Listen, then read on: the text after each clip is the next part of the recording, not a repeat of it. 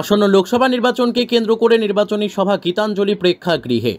আসন্ন 2024 সালে লোকসভা নির্বাচন, এই নির্বাচনকে কেন্দ্র করে তৃণমূল কংগ্রেসের বিশেষ নির্বাচনী সভা অনুষ্ঠিত হল বোলপুরের গীতাঞ্জলি প্রেক্ষাগৃহে। এই নির্বাচনী সভায় নির্বাচনের বিভিন্ন বিষয় নিয়ে আলোচিত হয়। এই নির্বাচনী সভায় উপস্থিত ছিলেন এমএলএ, চেয়ারম্যান, ব্লক সভাপতি, অঞ্চল সভাপতি থেকে শুরু করে সমস্ত তৃণমূলের কর্মীরা উপস্থিত ছিলেন।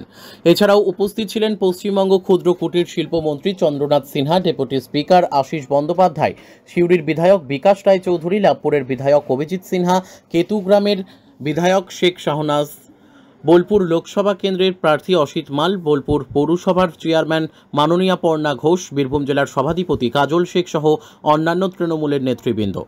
কাজী আমিরুল ইসলামের রিপোর্ট, এস নিউজ বাংলা। হ্যাঁ, নির্বাচনী বৈঠকে যা যা হওয়া উচিত আমাদের বৈঠকে তাই হয়েছে। অর্থাৎ এটা নির্বাচনী কমিটি বর্ধিত সভা। এখানে আপনারা জানেন যে এই কমিটি সমস্ত এমএলএ, তারপরে চেয়ারম্যান, ব্লক সভাপতি, শহর সভাপতি, সাংগঠনিক প্রধান যারা তারা এবং সমস্ত শাখা সংগঠনের নেতৃত্ব, এই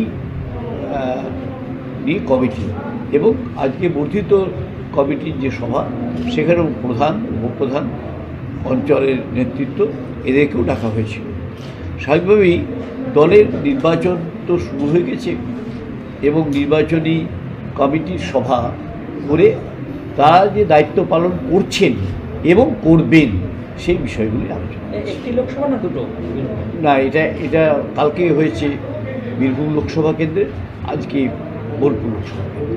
বিজেপি কতটা ফ্যাক্টর আমরা মনে করি।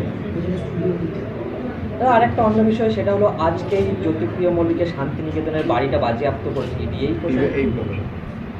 এইভাবে আমাদের আইনি প্রক্রিয়ার মধ্যে আছে যে আমরা এইভাবে নির্বাচনী কমিটির বৈঠক সম্পর্কে বলুন, জিজ্ঞেস করুন।